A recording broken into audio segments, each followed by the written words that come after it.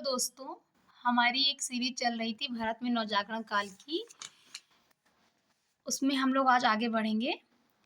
दयानंद सरस्वती कौन? दयानंद सरस्वती जी का जन्म कब हुआ था? 1824 में हुआ था और मृत्यु कब हुई थी? 1883 ईस्वी में। नामक सन्यासी ने आर्यों की वैदिक संस्कृति को अपनाने पर जोर दिया और 1875 में, कब दोस्तों? बहुत इंपॉर्टेंट है ये, 1875 में आर्य समाज की स्थापना की। आर्य समाज की स्थापना की कब की? 1875 में।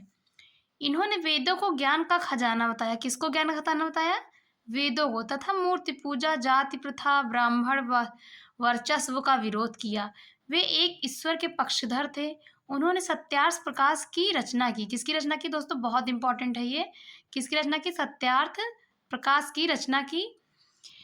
आर्य समाज द्वारा शिक्षा के प्रसार हेतु विद्यालय खोले गए। गुरुकुल पद्धति को बनाए रखने के लिए हरिद्वार में लड़कों और लड़कियों के लिए गुरुकुल कांगड़ी खोला गया।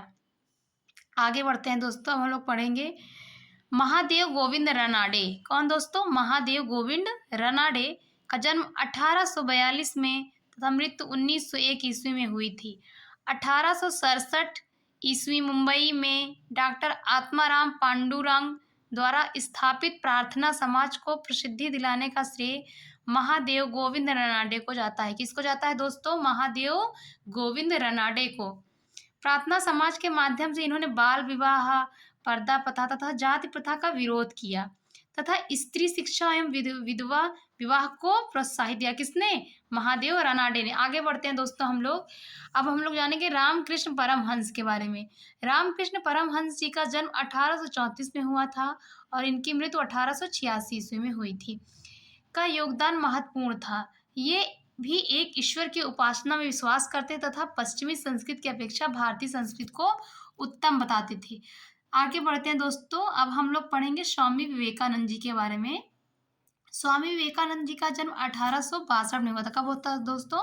1862 में हुआ था और इनकी मृत्यु कब हुई थी? 1902 में। रामकृष्ण परमहंस के शिष्य थे। कौन थे? स्वामी विवेकानंद। स्वामी विवेकानंद के गुरु का क्या नाम था? रामकृष्ण परमहंस। इन्होंने सन 1896 में रामकृष्ण मिशन की स्थापना की।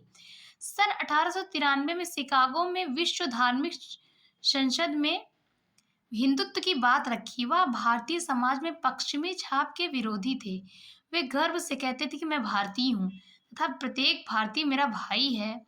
वे अंधविश्वास तथा अस्पृश्यता के विरोधी थे, मतलब छुआछूत के। उन्होंने मानवता, स्वतंत्रता तथा समानता की शिक्षा दी। इन्होंने ज्ञान, भक्ति, योग और कर्म पर विशेष बल दिया। इन्होंने वैज्ञानिक सोच को महत्व दिया। अब हम लोग आगे बढ़ते हैं दोस्तों। अब हम लोग जानेंगे, अभी तक हम लोग हिंदू सुधार आंदोलन के बारे में पढ़ रहे थे, हम लोग मुस्लिम सुधार आंदोलन के बारे में पढ़ेंगे। सर सैयद अहमद खान का जन्म 1817 में तथा इनकी मृत्यु 1898 ईस्वी में हुई थी। ने 1864 में साइंटिफिक सोसाइटी, किसकी? साइंटिफिक सोसाइटी, इसको हिंदी में कहते हैं विज्ञान समिति, की स्थापना की। किसने की दोस्तों? सर सैयद अहमद खान ने। बहुत इंपॉर्टेंट है ये पश्चिमी शिक्षा के पक्ष में थे। इन्होंने मुसलमानों के लिए अंग्रेजी शिक्षा की वकालत की और पश्चिमी विज्ञान पढ़ने तथा आधुनिक विचारों को अपनाने की बात कही। वे मुसलमान ने पर्दा प्रथा, बहुविवाह, आसान तलाक व्यवस्था के विरुद्ध थे। इन्होंने मुसलमानों के लिए अलीगढ़ में एंग्लो ओरिएंटल विद्यालय खोला। बहुत इंपॉर्टेंट है दोस्तों ये। कौन? एंग्लो ओरिएंटल विद्यालय खोला। यही बाद में अलीगढ़ मुस्लिम विश्वविद्यालय के नाम से विकसित हुआ। ये नाम तो आपने सुना ही होगा दोस्तों। अब हम लोग पढ़ेंगे पारसी सुधार आंदोलन। दादा भाई नौरोजी कौन से धर्म से थे? पारसी।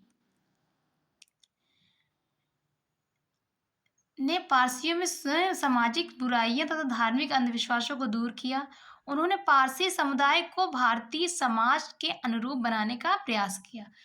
अब आगे बढ़ते हैं दोस्तों। दलित जातियों के लिए सुधार के आंदोलन। ज्योतिबा फूले का जन्म 1827 में तथा इनकी मृत्यु 1890 में। का पूरा नाम ज्योतिराव गोविंद राव फूले था। क्या था दोस्तों? बहुत इंपॉर्टेंट है ये। ज्योतिबा फूले जी का पूरा नाम क्या था? ज्योतिराव गोविंद राव फूले था। इन्होंने सितंबर 1873 में महाराष्ट्र में सत्यशोधक समाज, बहुत इंपॉर्टेंट है दोस्तों ये, सत्यशोधक समाज की स्थापना किसने की? तो ज्योतिबा फुले ने की। कब की दोस्तों? 1873 में की। ज्योतिबा फुले ने दलित माने माने जाने वाले लोगों की समस्याओं से संबंधित नाटक तथा पुस्तकें लिखी। इन्होंने दलित एवं महिलाओं के विकास के लिए शिक्षा की व्यवस्था की और विद्यालय खोले। आगे बढ़ते हैं दोस्तों, हम लोग पढ़ेंगे सावित्री बाई फुले जी के बारे में। इनका जन्म 1831 में तथा इनकी मृत्यु 1897 में हुई।